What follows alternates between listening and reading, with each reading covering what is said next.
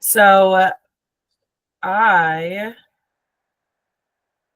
am presenting on fear of driving. Um, I actually was an anxious driver. I was really excited to get my license at 16 and went to driver's ed and the whole thing.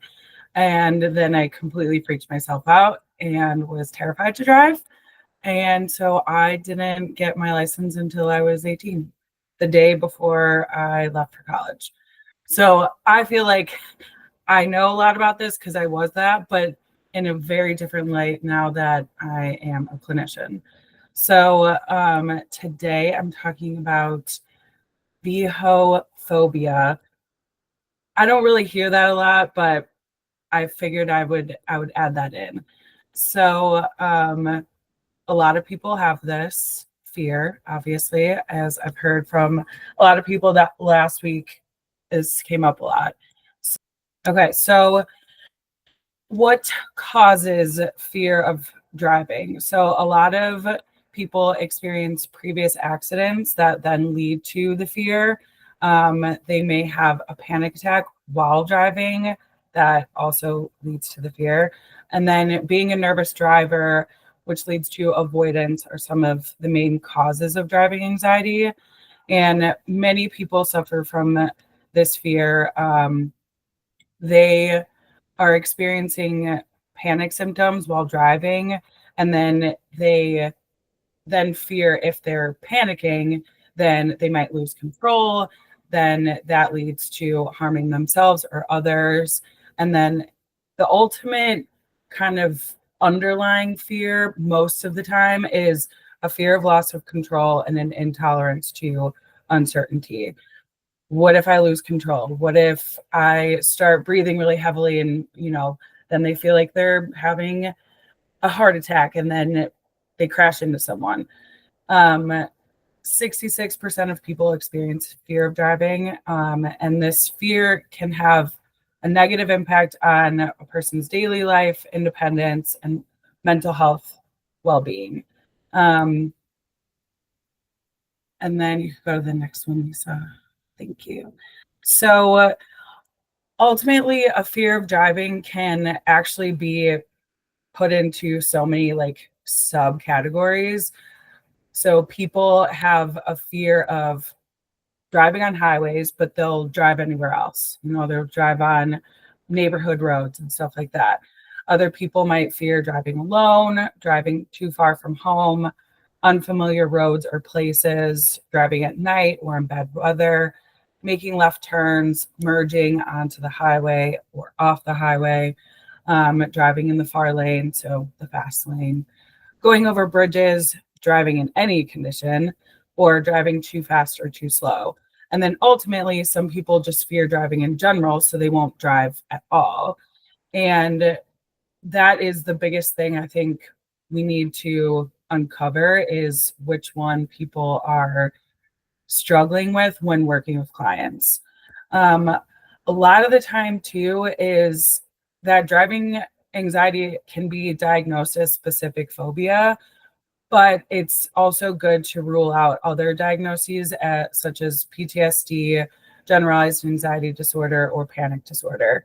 And to do that, you want to look at when and where they're experiencing symptoms based on onset and triggers, impact on daily functioning, and emotional and physical symptoms. So I have I have I have a few driving anxiety clients right now, all of which drive, but they have certain rules. So if you go to the next slide, Lisa, I have a 59-year-old female right now. She does drive, but she has rules. So she has kind of like a radius of 1.5 miles right now from where she lives. On top of that, she also just moved. So then now she's in a new area, which is also creating more anxiety because she doesn't know where things are. And so she doesn't necessarily experience anxiety while driving. It's actually the thought she has before she drives. So a lot of what her and I are doing is cognitive restructuring. She is doing driving exposures, such as going a little bit further than her radius, but the thoughts that she has are, what if I'm driving too slow and people go around me or honk at me, or they think I'm like this old lady that doesn't know how to drive? Her words, not mine, about the old lady. Um, and so she and I have been working a lot on the cognitive restructuring part, which is challenging those worry thoughts that she is a bad driver. That's what she thinks about herself. And it is, impactful to her self-confidence then, which is then leading her to not want to drive at all. Another client I've had experiences very similar to panic symptoms while driving. And in that, he fears that he is going to completely lose control of the car. And so he has a rule of how fast he goes. And when he's doing that, he will stay in the right lane on highways or avoid highways. So these are two different people that are experiencing two different types of fear while driving, which can make it kind of complicated as a clinician. There isn't like one, step way to help our clients. Which is why I put the winding road. Panic or progress is not linear.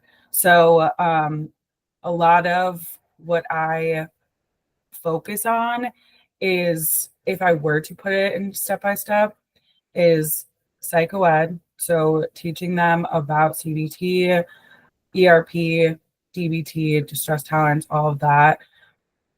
Then leading into what their values are, why they want to conquer this fear. What are they losing and what do they want to get back into their life?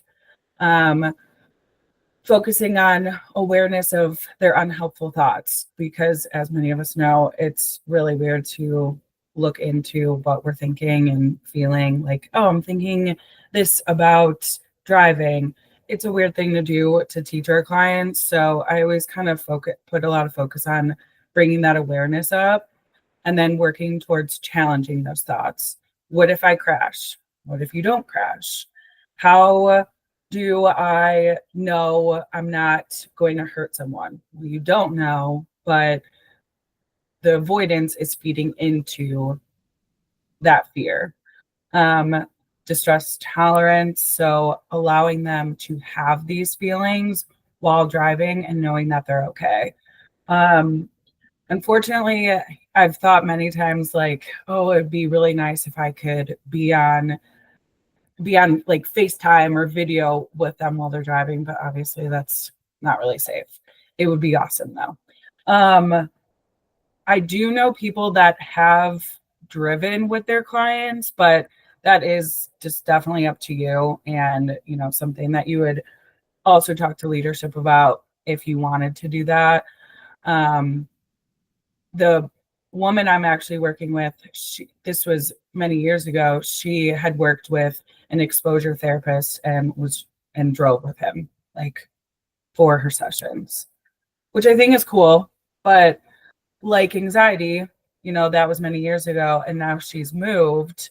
And so this fear kind of came up again because she's in an unfamiliar place. Exposure. Exposure can look like so many different things for driving. Riding exposures, driving exposures, uncovering the core fear is so important, because I think a lot of the times with fear of flying too and fear of driving, the underlying fear could be death. It could be harming someone and going to jail. It could be loss of control. And what does that mean? I don't really know, loss of control, but we all feel that sometimes. And so it's really important to try to uncover that with them. And getting to that, I've used the downward arrow, the core fear. And getting them to talk about what they are actually worried about happening, and then working towards inviting anxiety instead of fighting it. Like we all know, we've all experienced anxiety. If we fight it, it'll be there. If we allow it to be there, we can work with it to get through it. A lot of the times, our clients are so worried that they're going to experience anxiety while driving and that that's going to cause them to do something like horrible. And so a big thing that we want to work on in the beginning is teaching that anxiety is not the enemy. Avoidance is. We want to work towards getting them back into control with their anxiety. Although they can't control the feelings that come in, they can control how they are responding to it. So smaller exposures could be sitting in the car, in the front seat, turning on the car, sitting there, waiting, allowing that distress to come over them and then allowing it to pass.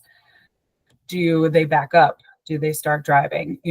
It really is about starting where they want to start, but these are just ideas of where you could start with them. And then it's been a while since I've had a client that just didn't drive at all, but I do know that I've had a client in the city who was very worried about driving in the city streets, and they also didn't have a car. So what we came up with is either using friends' cars. There is, now I can't remember what it's called. Maybe someone knows. There is a service in Chicago that people park their car and you can rent it. Do you guys know what I'm talking about? Turo. What is it called? Turo. Yeah, Zipcar and Zipcar. Thank you, Jess. And so they would use that, which I thought was awesome. And then anytime they were in the suburbs, like if they were like seeing family or friends, they would ask if they could use their car then too, which I thought was awesome. Obviously, you need people that are going to trust you, right? Because it's your car. But what was really cool with that client is that their biggest goal was to eventually buy theirself a car, and she got there, and it was really awesome. Test driving cars would be, yeah, I don't see why not. I feel nervous when I go test drive a new car, but I think it would be fine.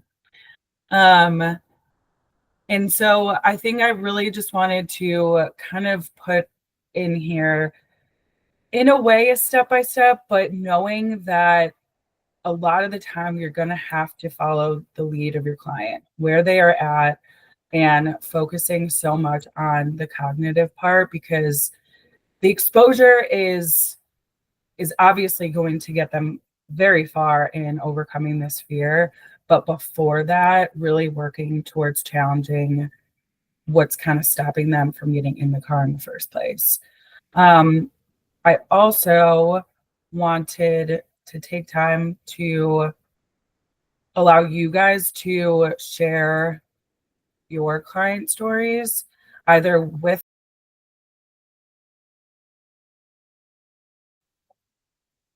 fear that they have a panic attack while driving. Yeah, that's a big one. Doing interoceptive exposures to increase their ability to have these feelings, the panic symptoms, before and while driving. Because a lot of the time, if someone's driving, a lot of the time they fear that this will happen because it's happened before. And like, I've worked with so many people that just because it's happened before doesn't mean it's bound to happen again. But the fear that a panic attack will happen is working through breathing exercises is a big one for while driving, because they need to calm their body and their mind to be able to focus back on the road, because that's the biggest thing is like people fear that they're gonna, like lose concentration to be able to drive the car. But if you think about driving, I think many of us drive, right? Have you ever driven home and thought like, how did I just get here? We so often are so much more capable of concentrating on the thing we have to, even though we have thoughts and feelings that are in the background. And so a lot of the time too is I'll focus on looking at or having those thoughts and feelings as background noise to be able to keep going.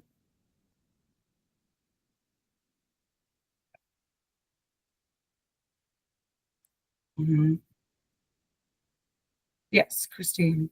I have a client with fear of driving, and we're on a pause right now because she's having surgery. But her core fear was that when she was younger, she, like 2 or 3 or something, like her family and friends had her like standing on kind of like a rocking horse and had it going back and forth.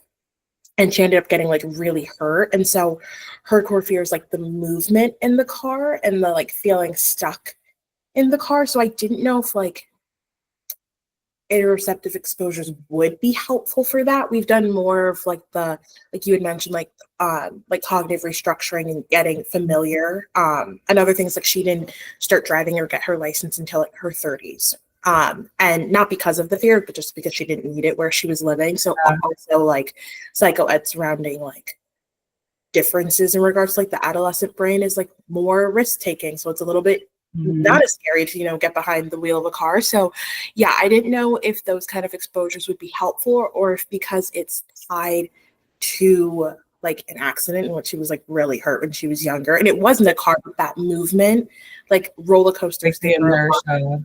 Panic. Yeah. Or if we should continue on with like kind of like the 3 C's, values, work, exposures, things like that. Did she like, how did she get hurt? Because I'm wondering if she thinks she's going to get hurt in the car. Mm-hmm. Yeah, so she went like she was really young, so she's heard the story like secondhand from her parents. But yeah, since she was standing up, like went like flying off the whatever contraption she was on. And she said like a main fear is like I can control myself, but I can't control what other people are doing, and so that's a fear in regards to like being like physically on the road, but then like the physical sensations is like the movement feels so similar. Of which she also doesn't like being in the car if someone like steps on the brakes too quickly. That also increases like panic for her. So we've spoken about how like when behind the wheel, like she gets to decide like how, quickly she presses on the brake. Again, barring, like you said, introducing that nuance of like it could happen where, you do have to step on the brake quickly because something happens, but like by and large, you do have that autonomy. So yeah, I guess we haven't, before we took a break, we were doing more the cognitive restructuring, exposures, and like processing of that event. But yeah, I wondered too, like if me, like before doing complete interoceptive exposures, asking her when, because she's probably feeling that feeling in other situations more often than she thinks, but it's not triggering. It's not necessarily triggering something unless she's like thinking about it. Does that make sense? Like, no, that does make sense. When we talk to clients about like having panic symptoms, but then they also feel those when they're working out, but they don't feel anxious then. That's kind of where my thought is going with kind of leading into interoceptive exposure, because if it is very physical for her, it would, I would assume it would be beneficial for her to like get used to those feelings because those feelings aren't going to hurt her. Yeah, no, that makes sense. And I think trying to figure out other areas where she felt it, because she said the first time that she kind of was like, this is really weird, was when she'd gone on a roller coaster for the first time and like full blown like panic attack, like basically like blacked out and wasn't actually scared of she'd never been on a roller coaster before, so like doesn't have any other fears. She's like in her 60s and loves to say like I'm not scared of anything else in the whole world, and so like she wasn't worried about that. It was like that physical thing, and it like triggered something. And Yeah. so Does she think she's gonna have that feeling and like lose control of the car? no, just like she's like, I don't like, she like can understand like I control what happens here, but then we'll introduce the nuance of like, but I'm not the only one on the road. So, and like on a bike, she does not ride bikes. She has like back pain and neck pain and all that fun stuff. So, yeah. So maybe I can kind of see once she's back and Yeah. see like Did maybe. she drive it all? So she, when we started, she just then had recently started. So her husband drives like all the time, and didn't, kind of said like, I don't really have a need for it, but I want to like challenge this fear in my lifetime. And so she had done some like driving in their neighborhood because it's really quiet, and she's like, no one else is on the road. We'd done like a hierarchy list. And then it started snowing, and she was like, oh, no, no, no, I am not driving. And Yeah. so, yeah, I think we'll start back up like May or June. Okay. It's a good one. My client, it was really hard in snow too, Mhm. for the client I'm working with. Alexis, I saw you had your hand up. Yes. You mentioned interoceptive exposures a few times. Do you mind explaining what those are, and maybe if you could lead us through one of what, especially one you would do in session, maybe for Yeah. this? Thank So you. interoceptive exposures are, in short, exposing you to the feelings that you find uncomfortable. So a lot of people fear their heart racing because then they think they're having a heart attack. Intense breathing, so they're hyperventilating, and then that leads to kind of like lightheadedness, may have a fear of passing out then while driving. And an interoceptive exposure that I have done with clients in session is putting your, like sitting up, putting your feet on the ground, and then putting your head in between your legs for like a minute. And I do this with them. I just did this last week, actually. And you put your head down for a minute, and then you kind of like swing your head up, and it gives this like lightheadedness feeling. And that is one that I've done. One to induce hyperventilating is breathing in and out through a straw. This one has definitely induced panic for a lot of people.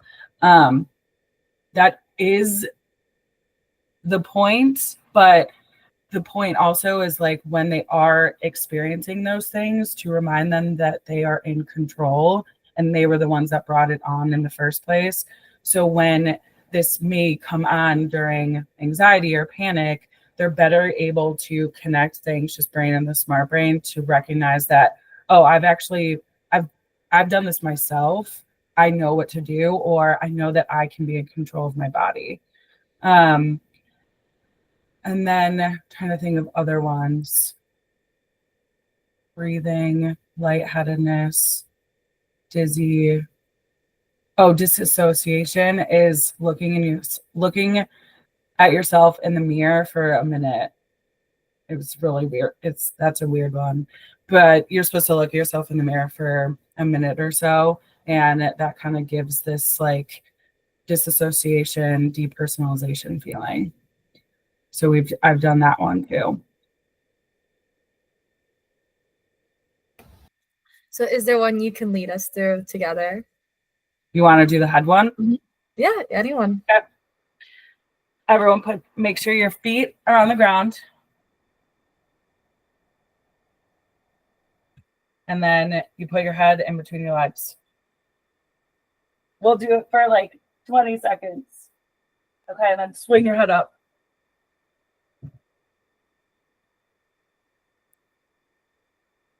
I felt it because I've only had coffee this morning. Oh, also, thanks for bringing this up, Alexis, because I actually did this with a client who has POTS, and their POTS is very mild.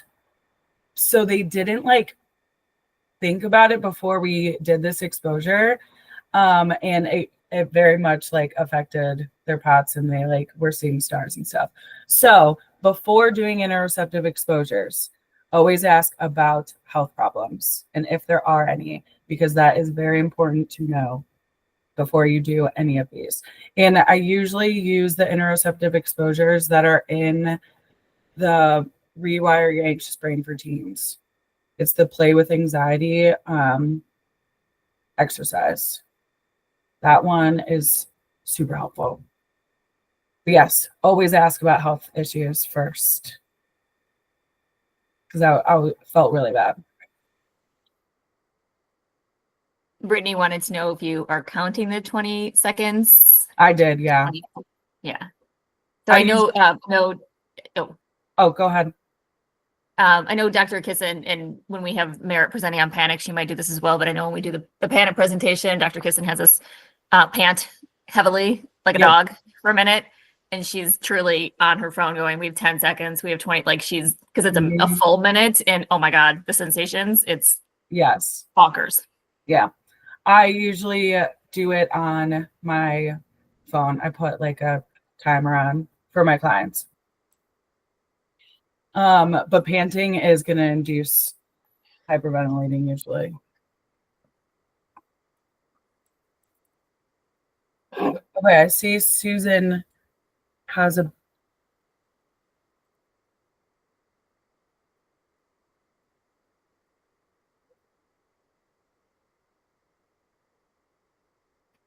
Actually, what I'm, yes, let's help you a little bit through here. Sorry, I was just reading Susan's. No, you're good. Yeah.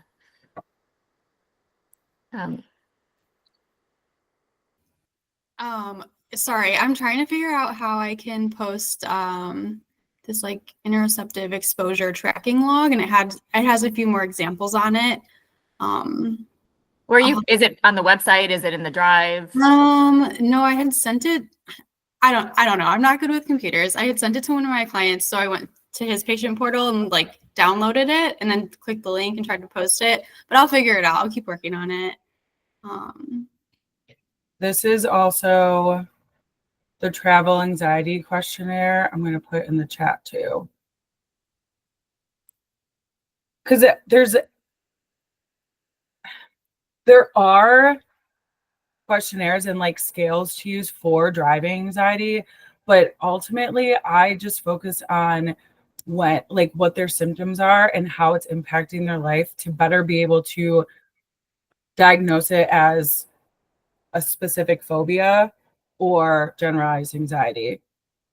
And other times there is PTSD and other diagnoses, but it's like you really have to look at the difference between generalized anxiety and specific phobia to give one or the other.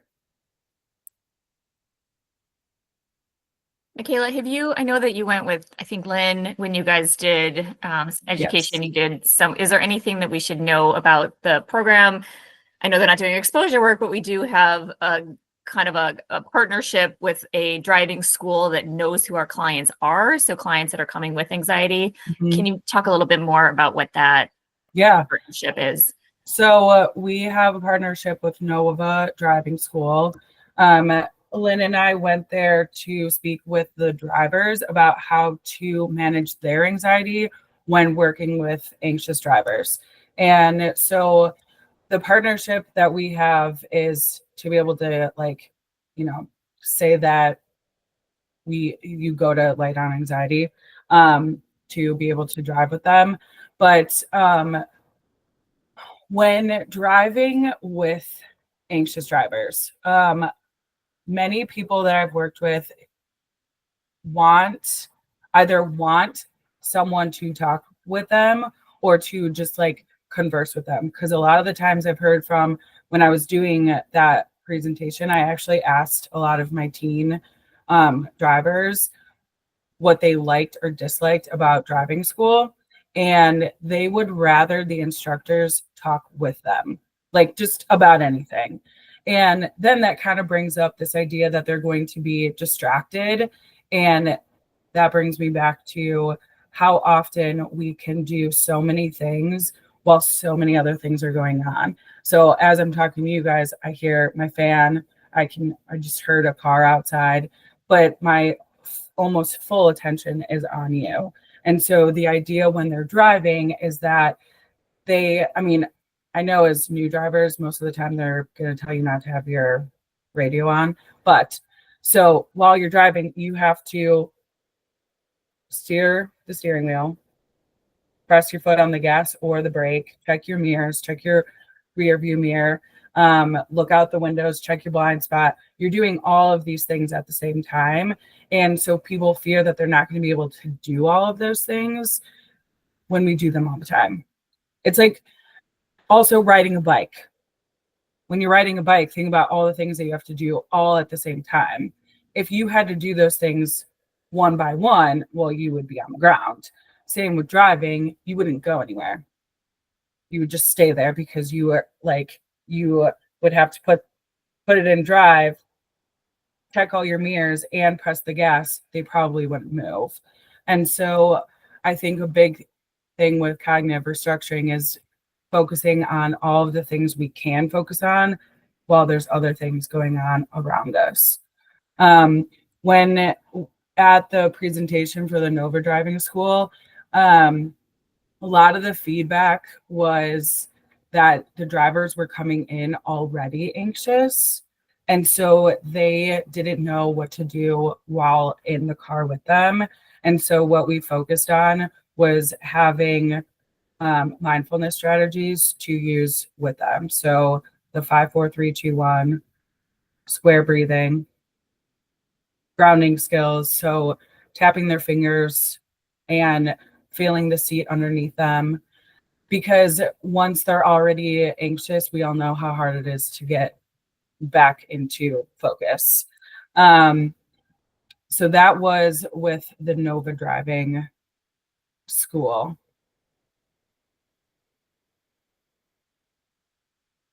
What about anyone else's?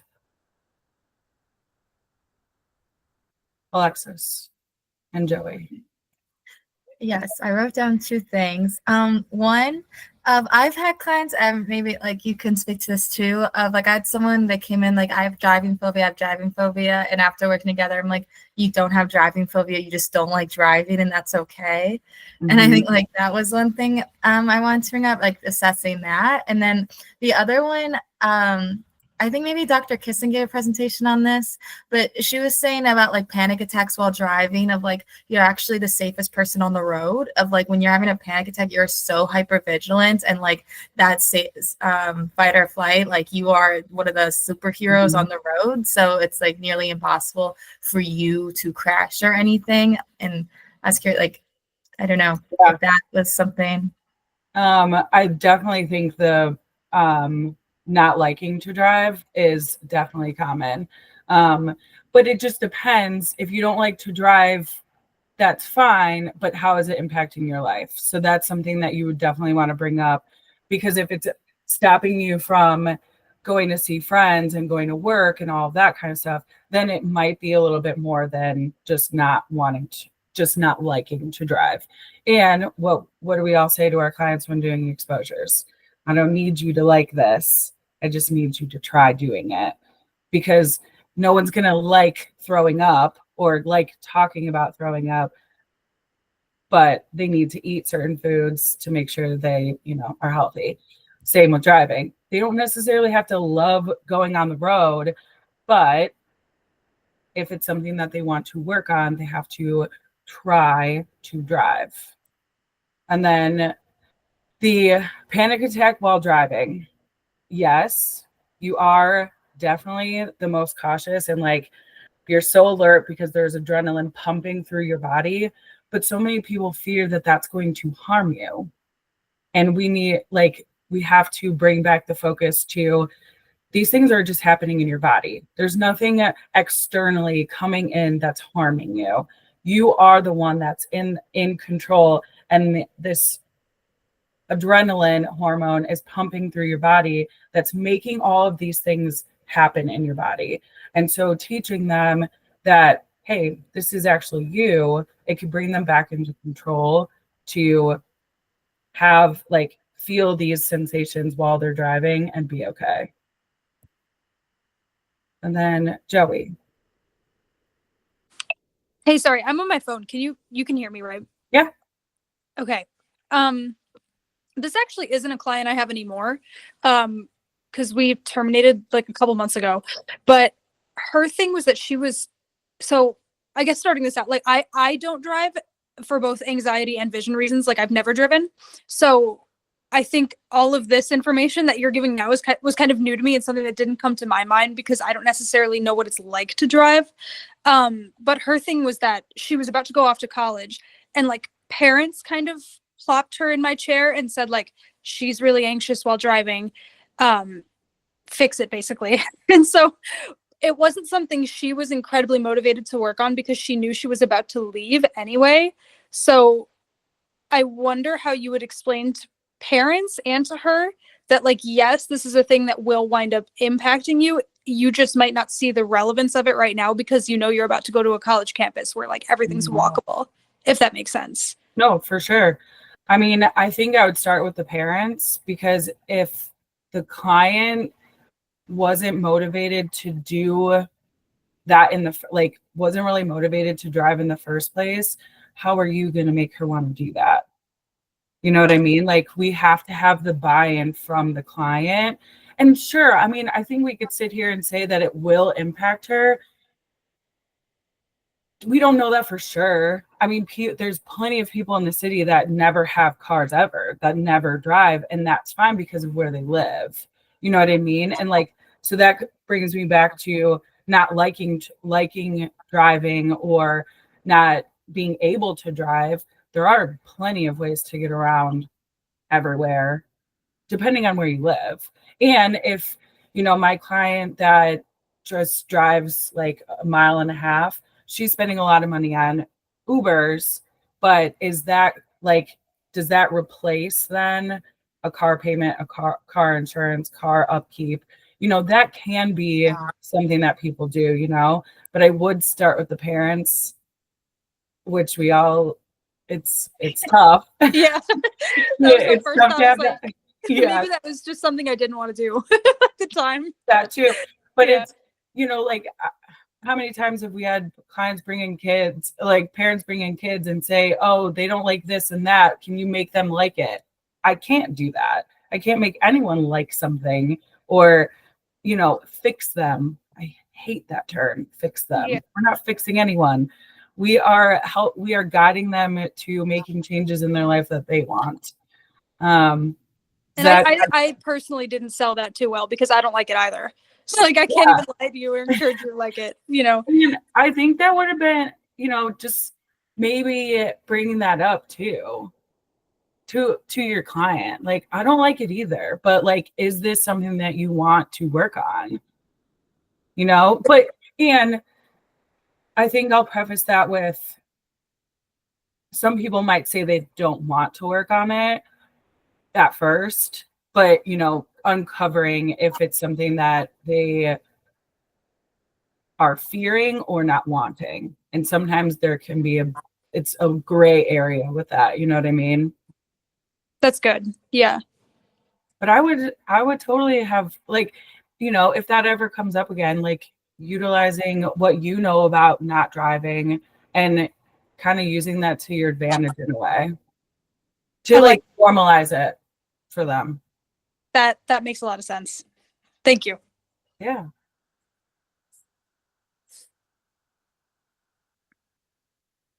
Who else?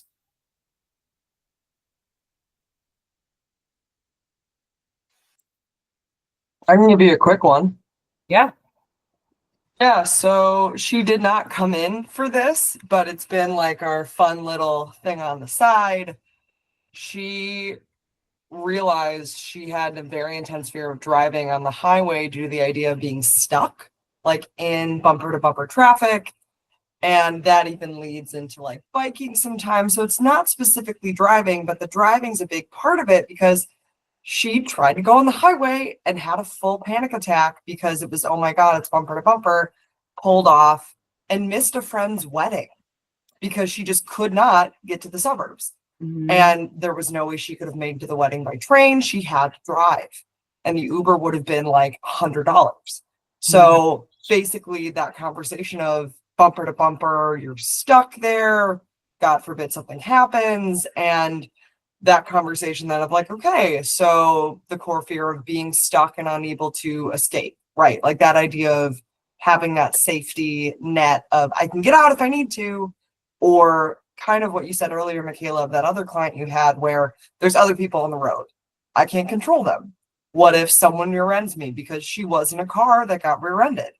She was okay. But that idea of like, I'm stuck, I can't get out of the way if someone's driving like a jerk or driving unsafely. So that's something that we've been working on of just controlling other people, because even when you're walking around, people can do anything. Like Mhm. totally. And sometimes people are going to be unsafe, but like that's why in our car we have like, airbags, and like you can park your car and get out of it. Like it's not great, but like there are options. But even that, sitting with your anxiety of, yeah, sometimes we're stuck like on a plane. You cannot get out of the plane and just say, I'm done. Like Well, that's right. It's like it's kind of like claustrophobia. totally. Needing to get out, needing to leave. Exposures I've done with clients with that fear, because I've worked with that, is sitting in a dark closet. Sounds awful, I know. But it gives the sense that they are stuck and they can't get out. I'm gonna write that one down.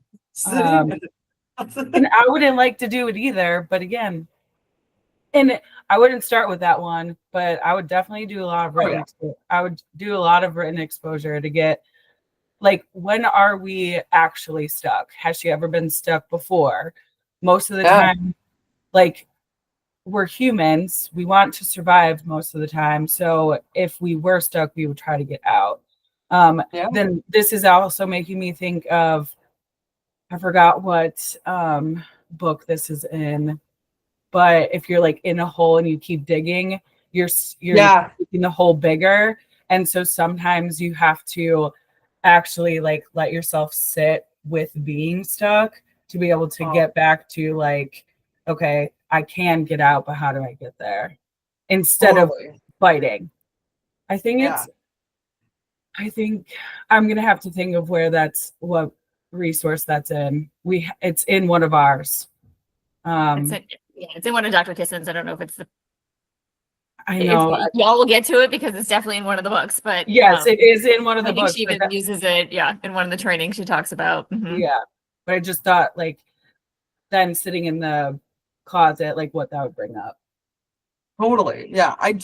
Was curious. I was curious what your thoughts would be on like doing the ERP as well as discussing like what can be in our control when we're in the car. Like you can like slightly go into the shoulder, like if you need to, like that area that's free for cars, like that balance between ERP and then accepting that you do still have control. It's just not the control that you maybe desire, this big control. What are your thoughts on like finding that balance of like, when do we acknowledge that you can change the radio, you can like make a call with someone, like you can control things in the car, versus ERP of sitting with we're stuck in the way that we're stuck? Yeah. So something that an example of that comes up for me is when I talk about anxiety, and when anxiety is actually doing its job and when anxiety is being an overprotective parent. Yeah. While driving, if you do swerve into the other lane or you see a car starting to veer over, you don't think to yourself, oh, I have to move now. You are just acting, because that's when anxiety is actually like doing its job. It's protecting you in the way that we want it to. When other times, if they're just driving and they're like, oh no, I'm going to be stuck, they're thinking and they're thinking and they're thinking. That's anxiety being the overprotective parent. So I think it's like being able to balance the control of, you are the person driving, you have the control of what you do with that car. Your thoughts are there, but that's when we work on being able to have those thoughts and redirect your attention to the road. The ERP in that moment versus got it. Yeah. Also,